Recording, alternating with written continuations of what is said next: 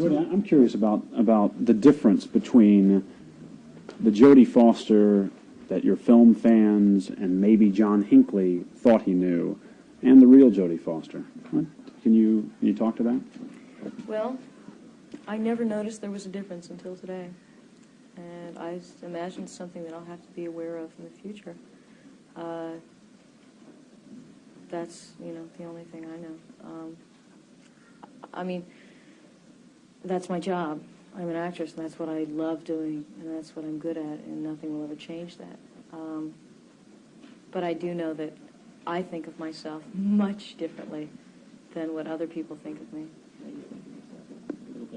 I feel very young. I feel very young, and I guess everyone must feel very young, unless they're... How do other people think of you? Do you know? I don't know. I have no idea. You'll have to tell me someday. Has this whole experience made you feel a little younger? No. In fact, it makes me feel a lot older because it's not that I've had a great deal of responsibility in this whole thing because a lot of people have helped out, but I've felt that there were, certain decisions that I could cooperate on that I've never really had to do before. What advice did Dean Theodore give you when you brought the first letters to him? I really can't comment on that because I don't know, basically what the whole deal is. But whatever advice it was good because he's my dean and he's the best. Have you talked to the FBI or the Secret Service today? You were quoted as talking to them yesterday. Have you continued discussions with them? I spoke with them yesterday. I have not spoken with them today. What conference today? I don't know. Like, we talked on the phone with, different ones all the time. Do you know if they were agents from Washington or from New Haven? Oh, there were two from New Haven. And they come up and talk to you in person, two from New Haven? Or were these all phone interviews? Well, they talked to me in person and on the phone. But, I mean, I don't think I'm supposed to say anything more about them because that seems like the type that you're not supposed to talk about, I guess. What sort of information were you told not to talk about? Anything that might jeopardize John Hinckley's case, and anything that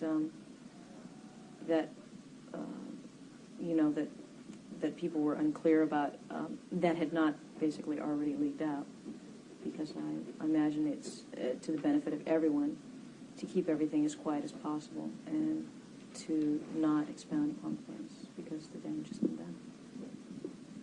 Leaving aside Hinckley's letters, what's generally in your fan mail? What kind of mail do you get? I don't know because I don't read them very often. I get a lot of incredibly nice fan mail, and I feel terrible because I could never write anyone back. And I get a lot of fan mail from Japan and whatever, and I feel badly that I can't do that, but I'm sure that people understand. Does it contain any kind of mail routinely that would be considered frightening or distasteful? Well, no. That is the reason you don't read it? I've even forgotten the reasons why I don't read them, mostly because I don't have the time. I imagine it's a mixture of everything. There's a mixture of everything, but it's overwhelmingly very nice. Despite the fact that you've never met him, has this whole experience made you feel like you've come to know John Hinckley? Not at all. I know nothing about him. We never established what time did the FBI first contact you? Do you know what time of day? No. This would have been sometime Monday afternoon. Well, in any case, I didn't get home till late, so it doesn't matter because even if they had contacted them all day. You were out at classes? I was in classes. I was in the library. I was talking to friends. Where were you when you heard that that the man who's accused of shooting the president had the same name as the guy who sent you letters? I walked into my room. My roommate told me. Before Because dinner? My roommate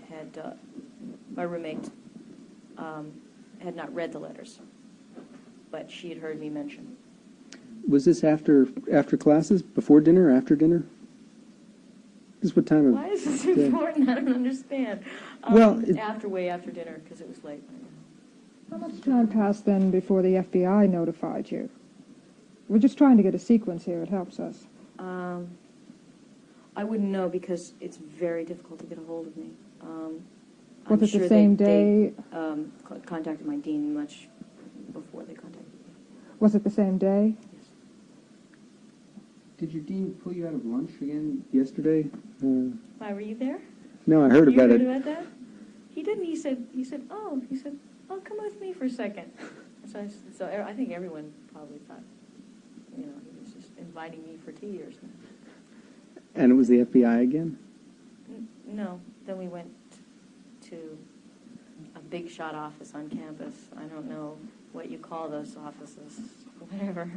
Yeah. Office of the President? Whatever. No, not the president. What for? To discuss what we're going to do about all this. Let me get it straight. You realized on Monday that the Hinckley who took a shot at the president was the Hinckley of your letters, and it was Tuesday when the FBI contacted you. Am I correct? No. Monday. It was still Monday. Okay. I just misunderstood you. Thank you. And how long after the shooting, you've already answered this, but how long after the shooting was it that you heard John Hinckley, the name, and made the connection? Well, I 15 didn't hear minutes, from the news 30 minutes? because I didn't watch the news that night. I only heard it from my roommate. I must say I was very out of touch that day. I had heard that Reagan, there had been an attempt at his life, and I made a conscious effort of not finding out the details. Did you just happen to ask your roommate who was responsible? She said, Jodie. John Hinckley. I said, John Hinckley what? She said, John Hinckley. I said, John Hinckley what? And she told me. Why did you make the effort to get more information about that? I don't know. But it's very difficult to get, for me to get news and things. And Do you mean I heard on a radio that nobody was quite sure. It was very confused in the news, and everybody on campus was very confused, and they were saying all sorts of weird things, and none of it, in fact, had anything to do with what happened. When you were notified about the kidnap threat last November, was this the first time you've ever received a threat of this nature? I'm not allowed to say. A couple more questions. Aside from, being shaken up and wanting to sort of avoid this and put this whole episode behind you, do you have any feelings at all towards Hinckley or what might have driven him to doing all of this? No feelings at all towards him. Are you going to appear in any films When? soon? Summer? Whenever you have the time? Yes. You're planning to do a film this summer? Yes. What's it going to be? I can't tell you. I really can't tell you. Those are one of the big ones that I can't tell you. I never tell anyone because you never know. A week before, something could happen. Jodie, do you think he did it for you, as he is reported to have said? I don't think anything. That's quite a supposition. I mean, there's no way that I would be in any kind of relationship in order to think anything. Okay, I think that's all right. Thank you.